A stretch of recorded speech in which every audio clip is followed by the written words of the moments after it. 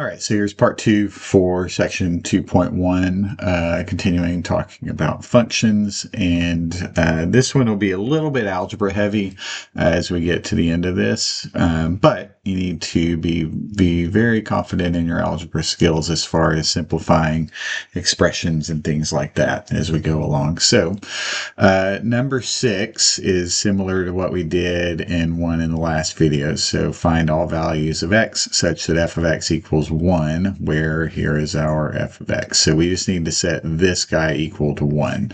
So I'll just do this for sake of space. So this is a quadratic, so we probably need to set it equal to 0.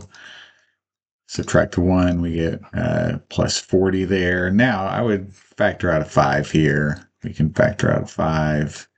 X squared minus 6x plus 8 equals 0. Divide by 5, that's going to go away. And so then we can factor this. We get x minus 4x minus 2 equals 0. And so we have x equals 4, x equals 2. And again, you don't have to say this, but just so that you understand what we are doing, this means that, assuming you did it correctly, f of 4 equals 1 and f of 2 equals 1. And you can plug these in, plug 4 in, plug 2 in, and you should get 1 into that. All right, so number 7, we are looking at a piecewise function. So piecewise function, if you don't remember from algebra or pre-calculus, the function is defined differently based on the value of x. So in this case, when x is 7, the value of the function is 4, and when x is not 7, then it is this rational function here. So we need to find f of 7. Well, here x is 7, so f of 7 is 4. So that's easy. F of 7 equals 4. Now, b, find f of negative 1/2. So now negative 1/2 is not 7, so we're going to be looking at this part up here on top. So 2 times negative 1/2 plus 4 over negative 1/2 minus 7. So 2 times negative 1/2 is negative 1, plus 4 over negative 1/2 minus 7, that would be negative 15 halves. So now we get 3, and we'll go ahead and flip this up to the top, times negative 2/15, like that, and so we get negative 2/5. All right, so you need to be very comfortable doing, I mean, you'll have a scientific calculator on the test, but I personally think that if you're in calculus, you should be pretty good at just doing things like this pretty quickly without having to use, don't be the person that needs to put negative 1 plus 4 in the calculator. You should be beyond that. Now, having said that, on a test probably would be more careful, but if you're just doing your homework, get into the habit of doing this kind of stuff with minimal calculator usage. When you get to the test, that's a little bit different because you want to make sure that you're right. So that's a little bit different. I would still maybe do it without the calculator somewhat. Like I don't know. It's up to you, I guess. But when you're doing your homework, I don't know that I think you should probably practice doing this kind of simplification without a calculator. Just it's good for your mental exercise, your mental strength, I guess, as far as builds confidence, and it also gets you more fluent with the arithmetic, which leads to being fluent with the algebra, which leads to being fluent with other mathematical topics. So that's my recommendation. You can do what you want, I guess. All right, so f of 2 over m. Now, what is m? M could be anything. So f of 2 over m, if m is 1 over 3 halves, then I guess x is 7, so that would be 4. But we're not going to worry about that. So let's just find f of 2 over m and plug it in here. And so if we plug in 2 over m for x, we get 2 times 2 over m plus 4 over 2 over m minus 7. So now we have this complex fraction here. So let's multiply the top by m and the bottom by m. So we're just multiplying by 1, so this is fine. And so we have this would be 4 over m times m, so that would be 4, plus 4m over 2 over m times m is 2, minus 7m, and then that's what we got. And then also, so this is if, you can add in x is not equal to 7, and then it's 4 if x does equal 7, I guess, if you want to be as precise as you need to be. All right. Now D, find all values such that f of x equals 1. Well, so obviously we just really need to worry about this top part, because if f of x is 1, then that's not equal to 4, so x is not 7. So obviously f of 7 is not going to be 1, so don't have to worry about that one. So we need to set 2x plus 4 over x minus 7 equal to 1. So now how do we solve this? Nothing too complex. We just need to cross multiply, so we get 2x minus 4 equals 7, subtract the x on both sides, and then subtract 4 on both sides, and we get x equals negative 11. Okay, easy enough. So I guess the takeaway on this, again, is make sure your algebra skills are up to par as we're still doing a pre-calculus review. Make sure that, oops, I don't know what happened with all this. All right, make sure that your algebra skills are good as can be before we get to the calculus part. Okay, so this right here, you may have seen this before. This is called a difference quotient, and we're going to be using this at some point during this semester, maybe quite a bit, and you want to get fairly comfortable with it. Now, if I remember correctly, the My Math Lab homework sets this up in 3 parts. So first we're going to find, I believe this is how it is on the homework. So first we're going to find f of x plus h. So now we did this in one problem in the last video. We'll do it again. This is a different function, so we need to do it again anyway. So x plus h, plug in for each of the x. Now remember in the last video I said whenever you get to the input, whenever you get to an x, open your parentheses. Open your parentheses. Whatever's here in the parentheses, put in parentheses here, and then just close the parentheses. Now continue. So we got the square minus 6. We've got another x, so open your parentheses. X plus h plus 9. All right, so now do all your algebra. Boil that out. Distribute your negative 6. Distribute your 3.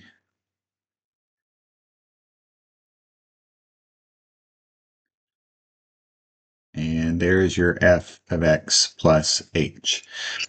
Then the next part in the My Math Lab homework, and the next part as you're doing this, is to find the numerator, f of x plus h minus f of x. So we're just going to take this and subtract our original f of x. So just write that down that we found in part A. Minus, so this is f of x plus h. Minus, now you're subtracting something. When you subtract something, it's a good idea to put parentheses just to make sure that you don't miss a sign somewhere. So minus 3x squared minus 6x plus 9. There's your f of x. So you have f of x plus h minus f of x. Now, let's distribute that negative just to be safe. That is one thing when you get to a test, I would not recommend skipping steps. So I know it's tempting because you're on time limit, and so you want to save time. Save time in other ways besides skipping steps. Save time by knowing the material and being able to get started on the problem. So that's a better way to save time than trying to skip steps and combine things not so carefully so that you save a few seconds. All right, now when you get to this part, we need to combine our like terms. Anything without an h is going to cancel. So we have 3x squared minus 3x squared. That cancels. We have negative 6x plus 6x. That cancels. We have 9 minus 9. That cancels. So then we're left with 6xh plus 3h squared minus 6h. We cannot combine any of this. Then part C on your homework will be to divide by h. Now, I just noticed I'm not pointing at the h here. I'm pointing at the whole thing, so don't get confused by that.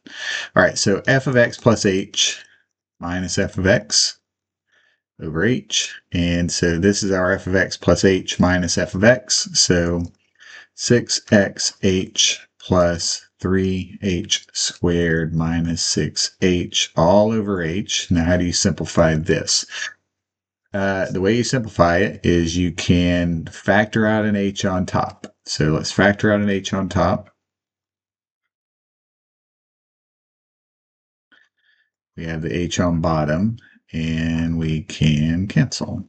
So now we just have the 6x plus 3h minus 6, and that is our final answer. Let's circle these. There's your answer for part A on your homework, f of x plus h. Part B is going to be that, and then part C. Now, as you do this on the homework, when you're watching the videos, I recommend that you write this out with me. I would recommend that you write it out. I mean, you don't have to do this, then this, and this over here, but you could do them, on just all vertically or whatever. However you lay it out when you're doing your homework, probably try to lay it out the same way. I think that helps a lot of people for the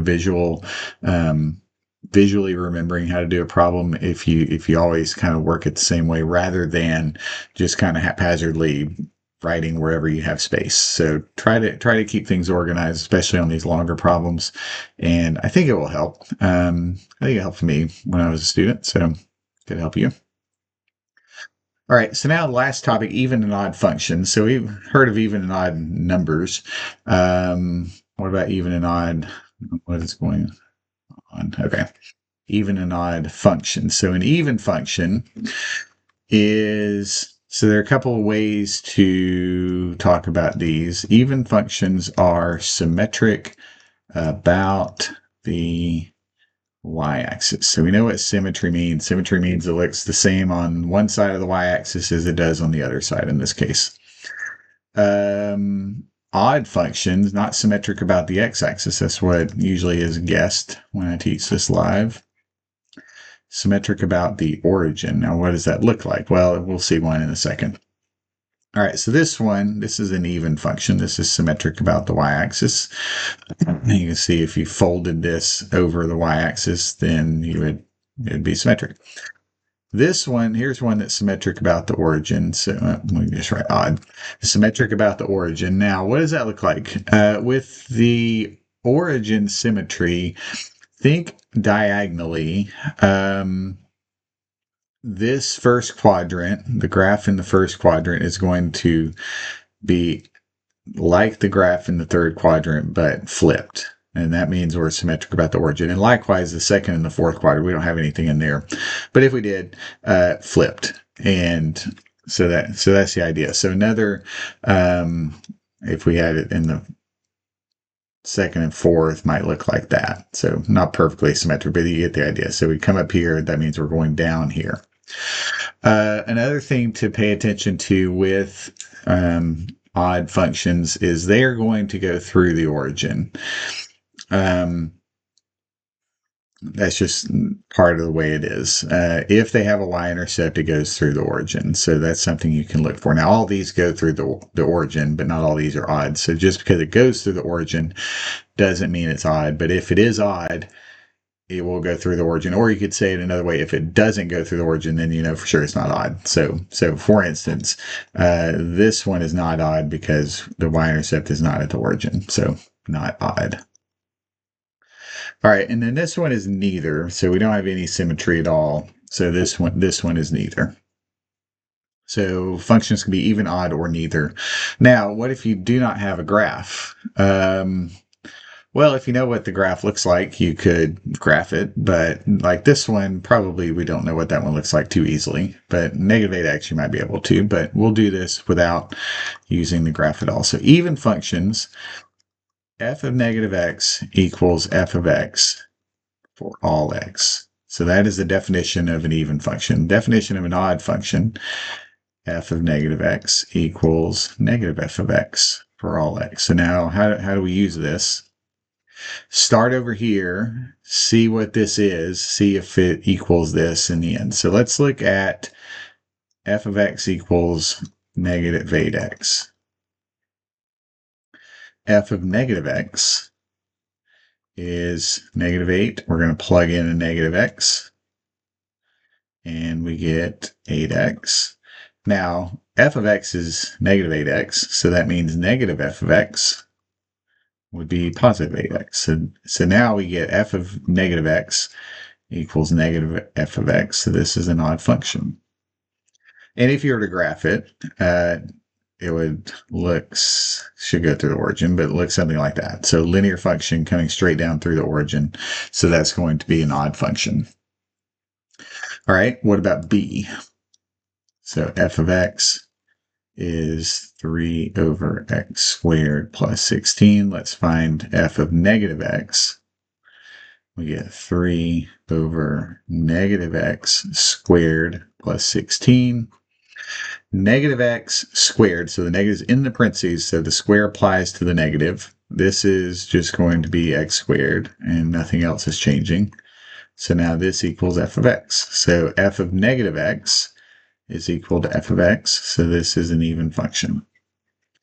Okay, so that's how you do that. So if you wanted to throw another one out, so let's do f of x equals x cubed plus x squared. So something like this. F of negative x would be negative x cubed plus negative x squared.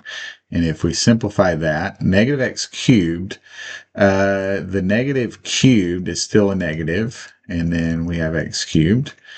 Here the negative squared becomes a positive, so this becomes plus x squared. So now this one is not equal to this, and if we wanted negative f of x, they would both be negative, right? So now it's not equal to f of x, and it's not equal to this one, so this one is neither even nor odd. So that's how you do those. It takes a little practice, I guess, to getting used to. Don't think too much while you're doing these. You might start to see patterns if you try, and how you can look at a function and not go through this and figure out if it's even or odd. You might be able to do that. But in the beginning, don't try to think too much. Just start with f of negative x, plug in negative x for each x in the function, and then simplify it and see if you get this one, or you get that one, or you get neither one, in which case it's neither. So we won't see this too much. We're going to use this more maybe later in the course, and probably we'll use the graph part of it more than the function part, but we'll see. So try to learn as best you can now, and we may use it later. So all right, so we'll stop here, and if you have any questions, you can let me know.